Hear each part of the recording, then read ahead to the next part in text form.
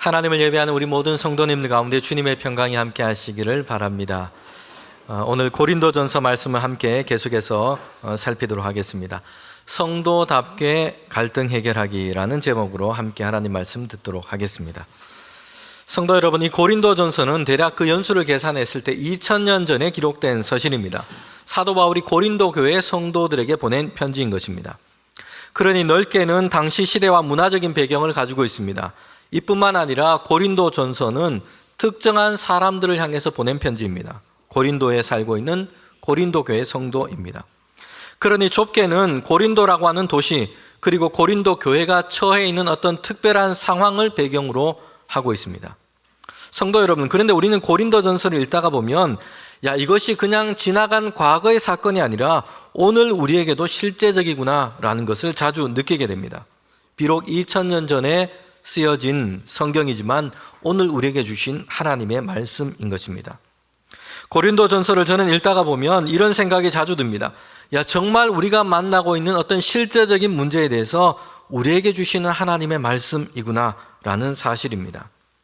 성도 여러분, 성경 말씀은 과거의 역사나 사건을 우리에게 소개하는 데 목적이 있지 않습니다. 성경을 통해서 우리는 과거에 있었던 어떤 일에 대해서 역사 공부를 하는 것이 아니에요. 오늘 우리에게 주시는 하나님의 말씀을 우리는 듣게 됩니다. 디모데후서 3장 16절부터 17절 말씀입니다. 우리가 잘 아는 말씀입니다. 모든 성경은 하나님의 감동으로 된 것으로 교훈과 책망과 바르게 함과 의로 교육하기에 유익하니 이는 하나님의 사람으로 온전케 하며 모든 선한 일을 행하기에 온전케 하려 함이라. 아멘.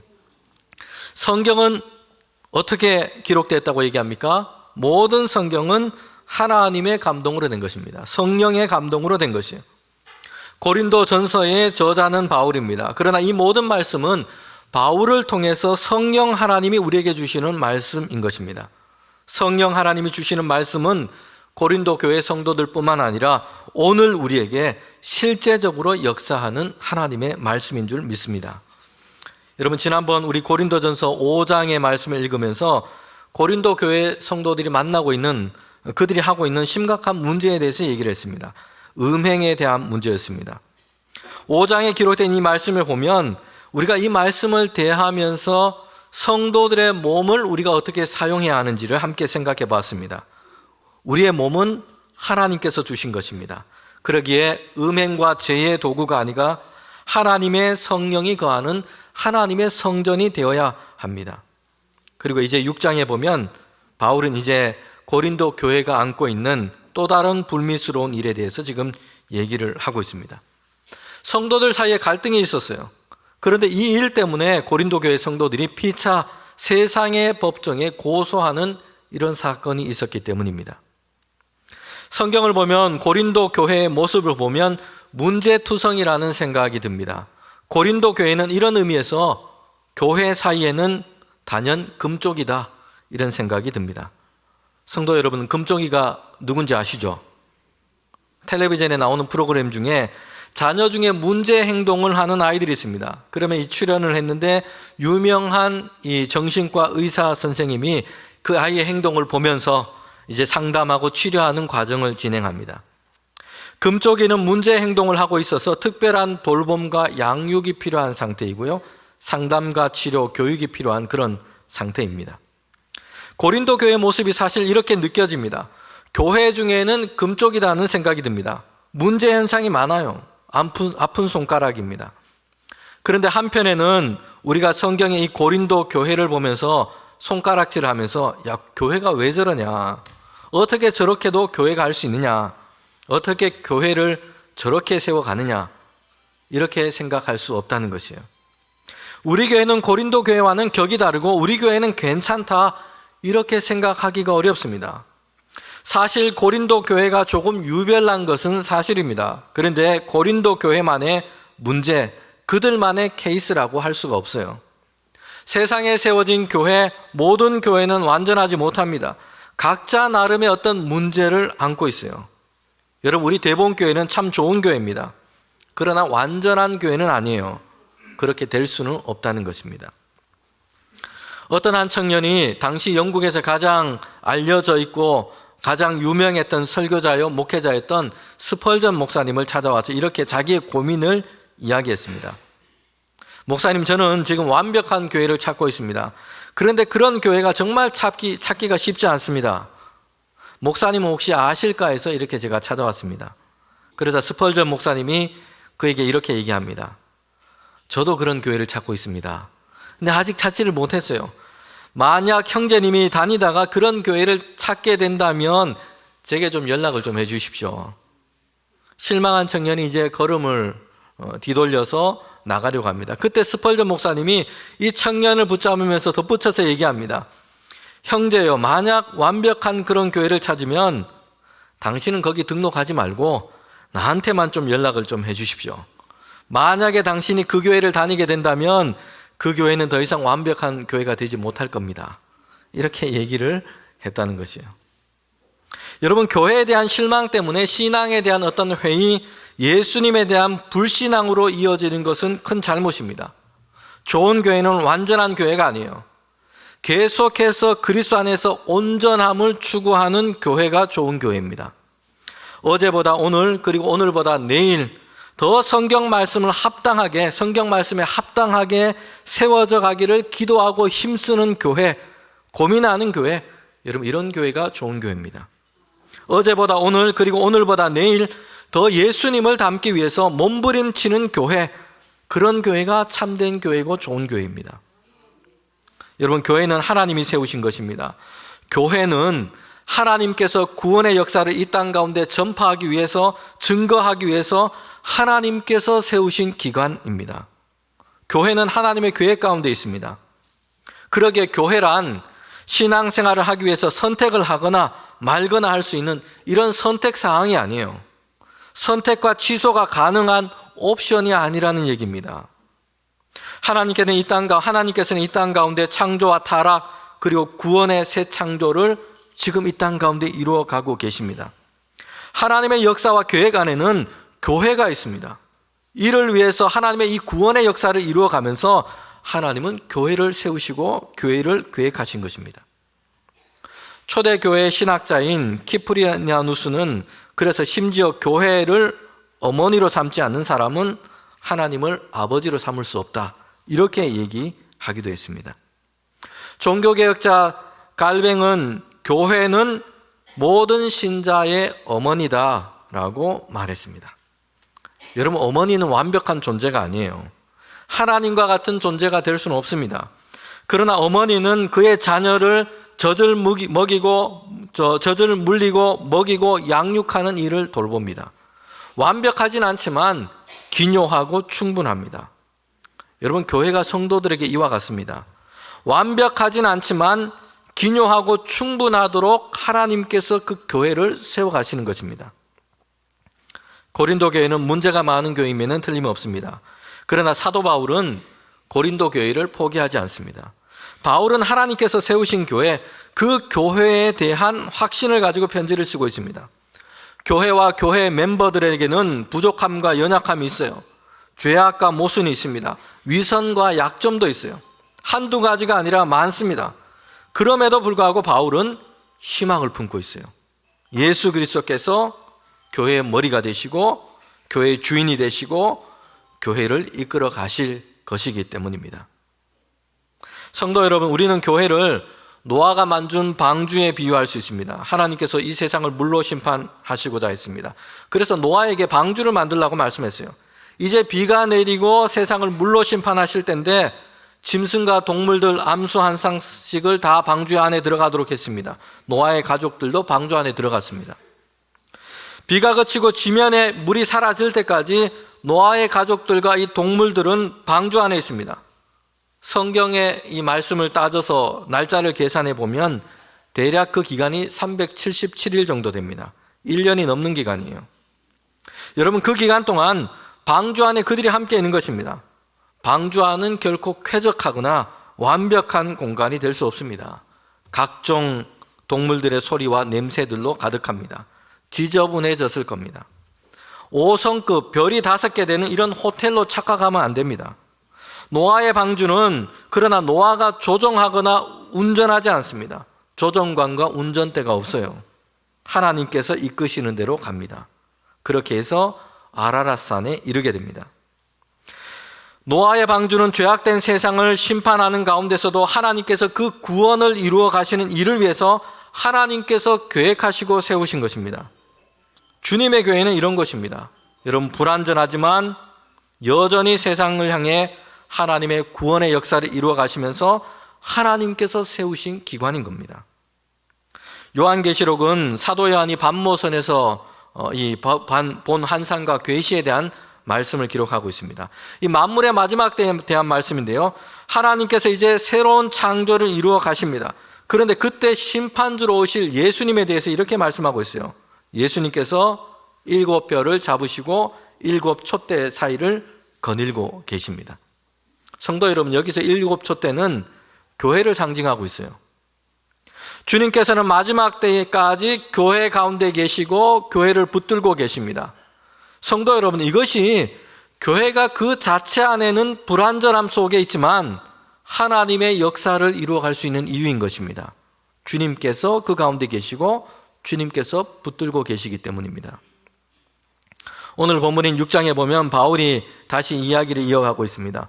성도 중에, 고린도 교회 성도들 중에 갈등하고 또한 불화하는 일이 있었습니다. 그런데 이 일 때문에 성도들이 피차 세상의 법정에 고발을 한 겁니다. 재판을 받게 된 이런 일이 생겨나게 된 겁니다. 이에 대해서 바울이 지금 책망하면서 얘기를 하고 있어요. 고린도전서 6장 2절 말씀입니다. 성도가 세상을 판단하는 것을 너희가 알지 못하느냐? 세상도 너희에게 판단을 받겠거든 지극히 작은 일 판단하기를 감당하지 못하겠느냐? 지금 성도들 간에 갈등이 있고 분쟁을 하고 있어요. 그래서 세상 법정까지 고소를 하게 됐는데 어떤 일 때문이라고 지금 얘기를 하고 있습니까? 지극히 작은 일입니다. 성도 여러분, 우리가 성경을 보면 바울이 어떤 성품을 가진 사람인지를 짐작하게 됩니다. 사도 바울은 아주 철저하고 꼼꼼한 구석이 있는 사람이에요. 분명한 면이 있습니다. 그래서 여기서 바울이 어떤 일인지를 밝히고 있지 않아요. 도대체 무슨 일 때문인지, 어떤 일 때문인지 얘기를 하고 있지 않아요. 만약 중요한 일이었다면 바울은 그의 성품을 보면 짐작하건대 구체적으로 이 일에 대해서 말했을 겁니다. 그런데 바울은 그렇게 하지 않은 것이요, 그냥 지극히 작은 일이라고 말하고 있습니다. 이걸 뭘 얘기를 해줍니까? 바울이 생각하기에 진짜 작은 일이라는 것이요, 사소한 일입니다. 중대한 일이 전혀 아니었다는 것이요. 그런데 이런 일로 성도들끼리 서로 갈등하고 다툴 뿐만 아니라 심지어는 세상 법정에 피차 고소까지 한 겁니다. 성도 여러분, 우리가 개인이 살아가면서 서로 개인이 이렇게 서로 간에 갈등하고 싸우고 분쟁하는 일을 보면 대단히 역사적이거나 거대한 문제 때문에 이런 일이 일어나는 경우는 많이 없습니다. 사소한 것에서부터 시작됩니다. 부부간의 싸움도 그렇지 않습니까? 말 한마디 때문에 섭섭해서 그렇습니다. 진리의 문제라든지 역사의 문제라든지 이념의 문제, 이런 거대한 문제로 다투는 것이 아니에요. 사소한 생활 습관 때문에 잘 안 맞아서 싸우고 다투게 되는 경우들이 많습니다. 탕수육을 찍어 먹을 건가, 부어 먹을 건가, 이런 거 있지 않습니까? 사소한 것, 작은 것 때문에 서로 맞지 않아서 다투게 되기도 하고 서로 맞지 않아서 갈등하게 되는 겁니다. 사소한 일인데 대단한 일이 아닌데 심각한 일로 확대해서 지금 받아들이고 많은 것입니다. 그것 때문에 부부 간의 관계가 금이 가고 가정이 깨어질 정도로 싸우는 일도 있습니다. 성도 여러분, 작은 일은 작은 일로, 사소한 것은 사소한 것으로 받아들이는 태도가 필요합니다. 그런데 오늘 성경을 보면 바울이 지금 여기서 성도들 사이에 불화가 있고 갈등이 있는 건 이것에 대해서 지금 심각하게 얘기하고 있는 것이 아니고요, 사실 살다 보면, 자주 모이다가 보면, 함께 있다가 보면, 함께 일을 하다가 보면 이런 일이 일어날 수 있어요. 아마도 이런 교회라면 성도들 간에 갈등이 거의 없을 겁니다. 모든 교인이 주일 예배 시간에만 딱 옵니다. 예배 시간 와도 각자 멀리 떨어져서 따로따로 앉습니다. 그리고 예배가 마치자마자 각자 집으로 돌아갑니다. 친목이든 사역이든 서로 함께 하는 일이 아무것도 없어요. 서로 연락처도 모르고요. 연락할 일도 없습니다. 서로에 대해서 관심이 없습니다. 교회 하는 일에 관심이 전혀 없습니다. 아마 이런 교회라면 서로 교인들끼리 갈등하고 다툴 일이 잘 없을 겁니다. 성도 여러분, 그런데 어떻습니까? 부부니까, 매일 함께 사니까 갈등과 다툼이 일어나기도 합니다. 같이 먹고 자고 함께 살아갑니다. 함께 많은 시간을 보냅니다. 함께 많은 것을 합니다. 그러니 거기에서 잘 맞지 않은 부분들도 생겨납니다. 서로 맞지 않는 것을 알게 되는 겁니다. 그러면서 갈등이 생겨나는 것이에요. 함께 사니까 그럴 수 있습니다. 갈등이 있는 것이 문제가 아니고요. 중요한 것은 이 갈등을 어떻게 풀어가느냐 하는 것이 중요합니다. 모든 게 잘 맞아서 갈등도 없고 싸우지도 않는 이런 부부가 있다면 가장 이상적일 겁니다. 그런데 그런 경우는 잘 없습니다. 갈등을 잘 해결하고 잘 풀어가는 것이 가정과 또 부부, 교회에도 절대적으로 중요한 겁니다. 고린도전서를 쓰고 있는 바울은 심지어 그 자신도 선교를 하다가 갈등했던 일이 있었어요. 같이 선교했던 바나바와 갈등이 빚어진 겁니다. 마가를 데려가느냐, 이번에는 그렇게 하지 않느냐, 이것 때문에 사도 바울도 그렇게 갈등을 겪었던 겁니다. 바울은 지금 고린도 교회 성도들에게 직접적으로 말하고 있는 것은요, 서로 사소한 문제 때문에 갈등하고 있는 것, 이것이 아니에요. 이 갈등을 가지고 교회 안에서 해결하지 않고 어떻게 한 겁니까? 피차 이 세상의 법정에 고소를 한 것이요. 이런 바울은 이것이 정말 실망스럽고 성도들이 크게 잘못한 일이라고 지금 얘기하고 있는 겁니다. 교회 안의 일은, 성도 간의 일은 교회에서 해결하고 풀어가야 합니다.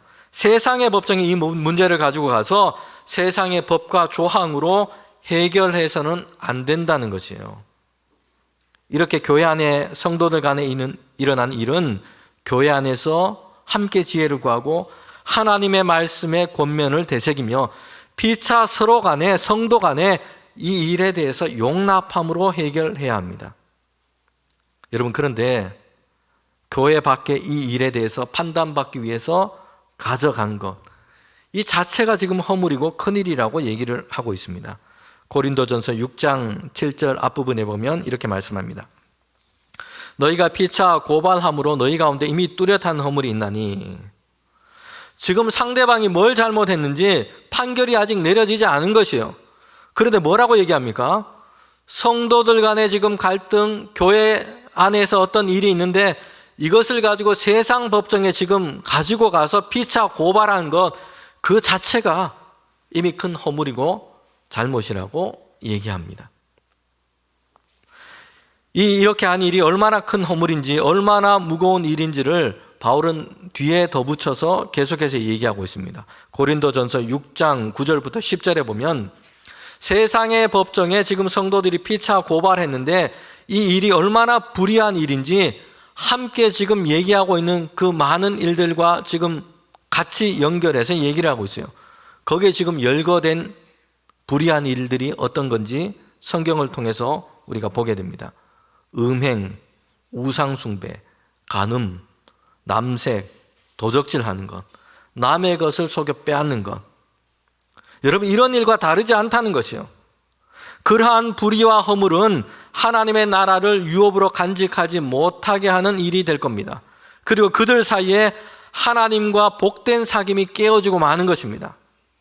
피차 세상의 법정에 고발하고 정죄함으로 하나님께서 우리에게 이루신 그 복된 사귐이, 하나님과의 사귐이 깨어져 버리는 것이에요.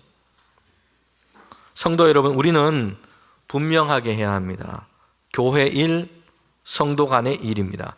그런데 이것이 진리의 문제나 중대한 문제가 아니에요. 그런데 이런 일로 서로 정죄하면서 세상에 고소하는 이런 일은 하나님 앞에서 큰 죄요, 허물이라는 것이에요. 교회 안에서 성도 간에 일어난 불화, 갈등, 여러분, 이런 일은 세상으로 가져갈 일이 아닙니다. 하나님의 말씀과 지혜 안에서, 그리고 교회 안에서 피차 용납함으로 해결해야 합니다.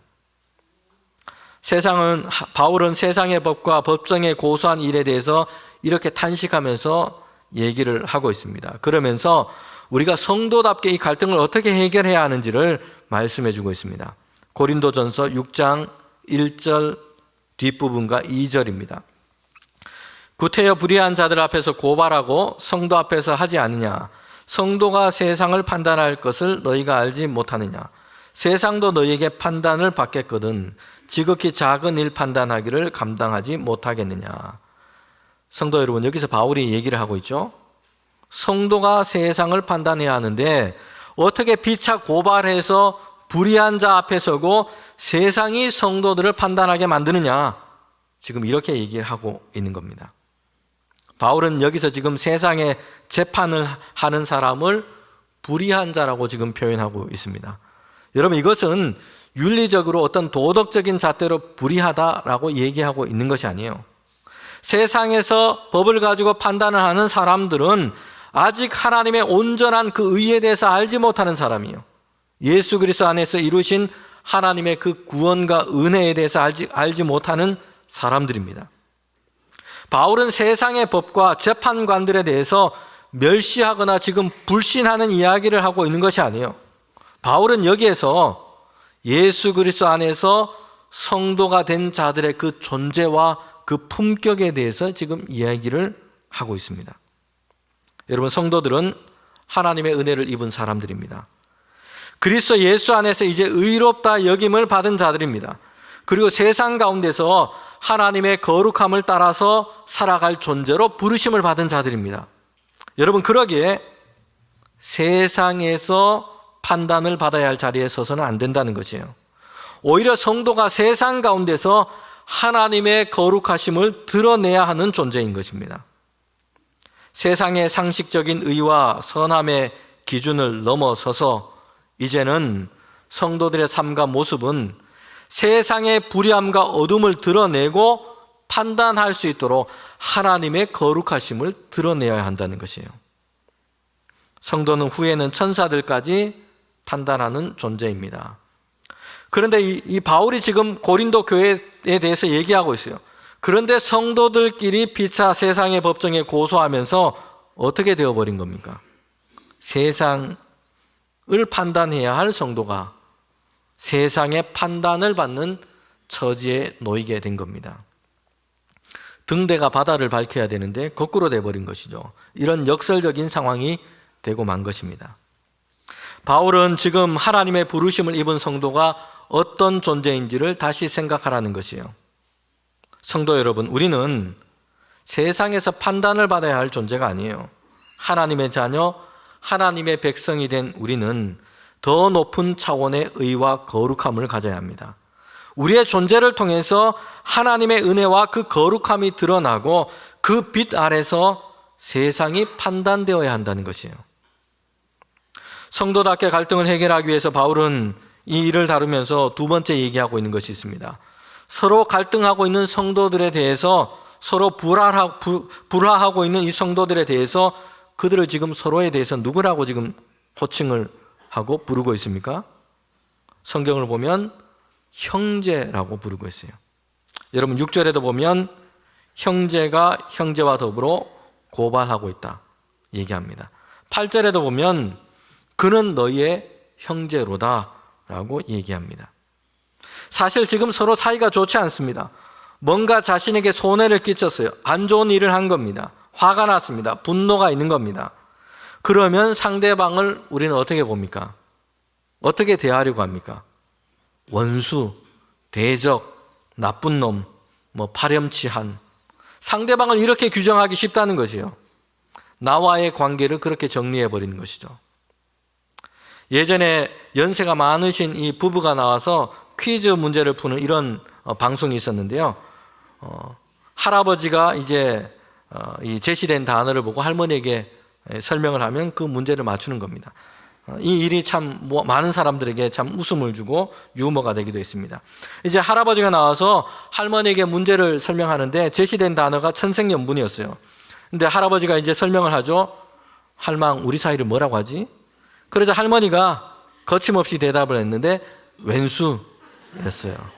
그러자 할아버지가 답답해하면서 힌트를 준다고, 아니 그거 말고 손가락을 4개를 펴고 4글자라고 얘기했습니다. 그러자 할머니가 평생 왼수라고 대답을 했습니다. 실제 방송에서 그렇게 한 겁니다.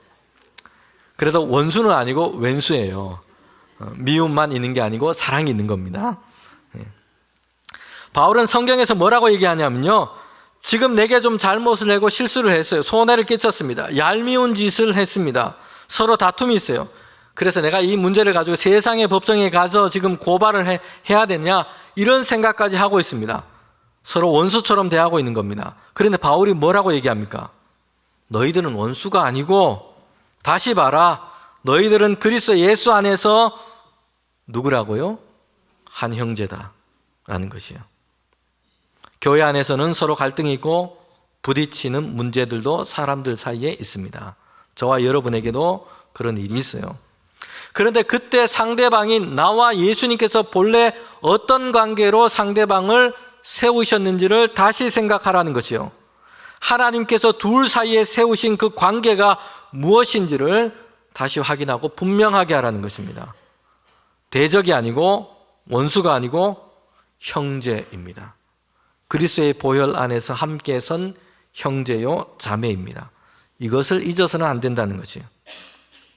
마지막 세 번째로 성도답게 갈등을 해결하기 위한 방법을 바울은 제시하고 있습니다. 거기서 보면 차라리 내가 라는 마음을 가지라는 것이에요. 고린도전서 6장 7절 말씀인데 저와 여러분이 함께 이 말씀을 읽도록 하겠습니다. 너희가 피차 고발함으로 너희 가운데 뚜렷한 허물이 있나니 차라리 불의를 당하는 것이 낫지 아니하며 차라리 속는 것이 낫지 아니하냐. 아멘. 아마 성도들 간에 지금 일어난 일은 금전적인 손해가 될 수도 있고요, 약속을 어긴 일이 될 수도 있습니다. 때로는 오해를 불러일으키는 어떤 나쁜 이미지를 만들 수 있는 이런 일을 행한 겁니다. 그런데 어떻게 하라는 것입니까? 차라리 내가 손해를 보고, 차라리 내가 좀 불의를 당하고, 차라리 내가 좀 속아주는 것이 낫다라고 바울이 얘기하고 있어요.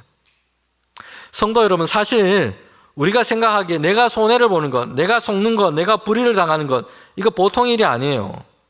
그런데 바울은 이것을 담담하게 지금 얘기를 하고 있습니다. 왜냐하면 성도들은 이미 더 크고 위대한 것을 하나님께로부터 받았기 때문입니다. 하나님의 나라를 유업으로 얻었기 때문이에요. 이 땅에 그 무엇도 잠시 있다가 사라지는 것입니다. 그 어떤 것과도 비교할 수 없는 하나님의 나라를 성도는 얻었습니다. 하나님의 그 은혜와 사랑을 얻었습니다. 더 크고 위대한 선물을 받았고, 이것을 간직하기 위해서는 차라리 작은 일은 그냥 좀 용납해라 라고 이야기하고 있는 겁니다. 바울은 11절에서 성도가 누구인지를 다시 한번 확인시키고 있습니다. 11절 뒷부분에 보면 주 예수 그리스도의 이름과 우리 하나님의 성령 안에서 씻음과 거룩함과 의롭다 하심을 받았느니라. 아멘. 성도에게 이루신, 이미 하나님께서 우리에게 주신 놀라운 하나님의 은혜요, 하나님의 영광이요, 우리에게 주신 값진 은혜인 것입니다. 죄인됨에서 의롭다 하심을 받은 자가 되었습니다. 그리하여서 하나님의 나라를 유업으로 얻게 되었습니다. 여러분, 그러기에 성도들은 우리가 은혜로 얻은 이 놀라운 하나님의 나라와 그 의를 위하여 성도들 사이에 일어난 그것에 비하면 너무나 사소한 일, 이런 것에 대해서는 차라리 내가 좀 속고, 차라리 내가 좀 손해를 보고, 차라리 내가 이것 지는 것이 오히려 유익하다라고 말씀하고 있습니다. 성도 여러분, 우리가 오늘 이 말씀을 기억하면서 성도답게 교회와 가정에서 모든 화목함을 이루어가는 저와 여러분이 되기를 원합니다. 차라리 내가 라는 마음으로 하나님께서 우리에게 주신 그 은혜의 역사를 붙들고 살아가는 우리 모두가 되기를 주님의 이름으로 축복합니다.